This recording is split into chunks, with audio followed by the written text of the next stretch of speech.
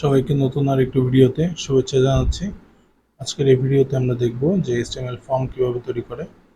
তো চলুন আমরা হচ্ছে একটু দেখি form, action, method, input, type এবং কী কী টাইপ থাকবে: টেক্সট,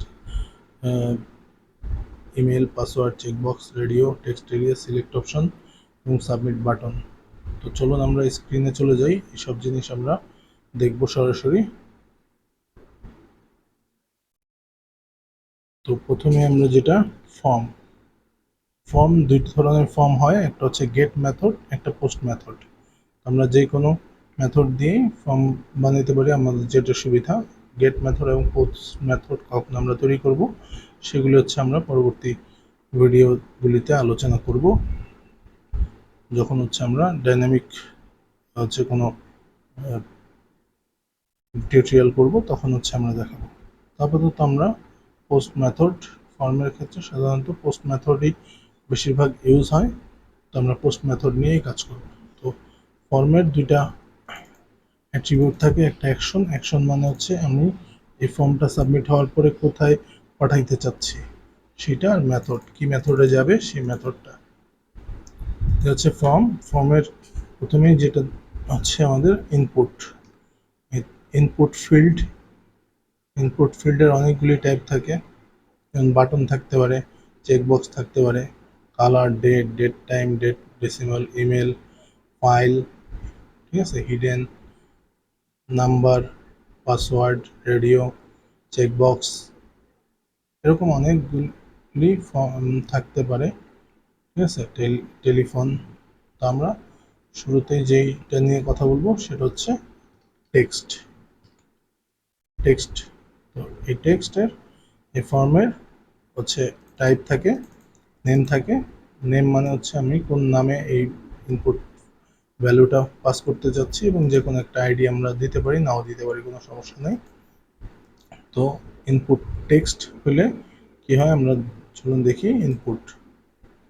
এই ইনপুট ফিল্ড আসলো, ঠিক আছে, ইনপুট ফিল্ড আসলো। এটা আচ্ছা, আমরা এটা কেটে দিই, তাহলে আমাদের বুঝতে সুবিধা হবে। আমরা এটা কেটে দিলাম। তো এই হচ্ছে ইনপুট, এটা হচ্ছে শুধু টেক্সট নাম্বার, যে কোনো কিছু আমরা এটাই দিতে পারবো টেক্সট মেথড দিলে, ঠিক আছে। তারপরে যদি আমরা এটারে নাম্বার নাম্বার করলে এখানে শুধু আমরা নাম্বার দিতে পারবো, অন্য কিছু কিন্তু আমরা দিতে পারবো না, ঠিক আছে। এখানে শুধু আমরা নাম্বার দিতে পারবো, নাম্বারটা বাড়াইতে কমাইতে পারবো, ঠিক আছে। এরপরে যেটা সেটা হচ্ছে আমাদের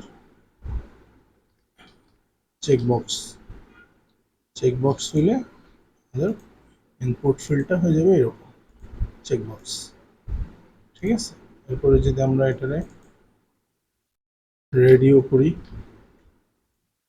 করলে আমাদের ফর্মটা এরকম হয়ে যাবে, রেডিও বাটন, ঠিক আছে। এরপরে যদি আমরা এটার ফাইল করি, ইমেজ আপলোডের জন্য যে ইনপুট ফিল্ড লাগে সেটা যদি আমরা ফাইল করলে এই যে ইমেজ আপলোডের অপশন কিন্তু চলে আসতেছে, ঠিক আছে।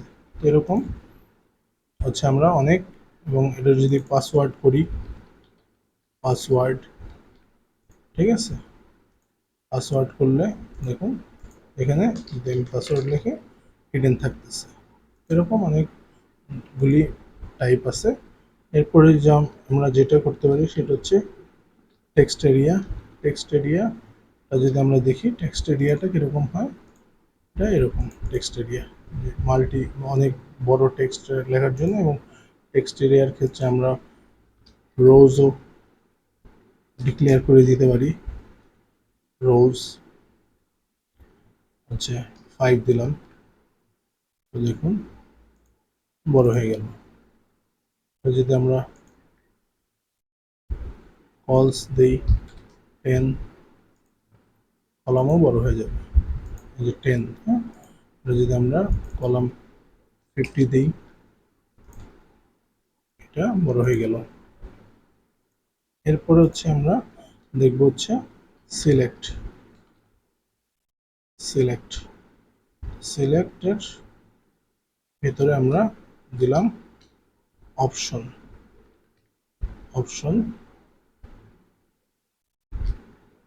সিলেক্ট অপশন, ঠিক আছে। এরপরে আমরা দিলাম অপশন, এখানে আমরা ভ্যালু দিলাম 1, এটা দিলাম 1, এখানে অপশন ভ্যালু 2, এটা আমরা 2 দিলাম বোঝার জন্য।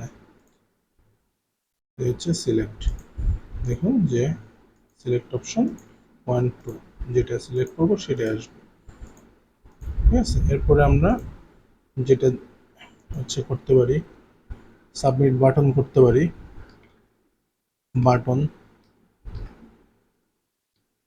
সাবমিট, ঠিক আছে।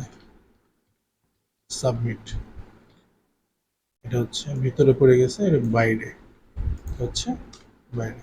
সাবমিট বাটন দিলাম, ঠিক আছে। এখন যদি আমরা ধরেন যে এখানে পাসওয়ার্ড লিখলাম, এখানে কিছু লিখলাম, সিলেক্ট করলাম, সাবমিট দিলাম, ফর্ম সাবমিট হয়ে যাবে।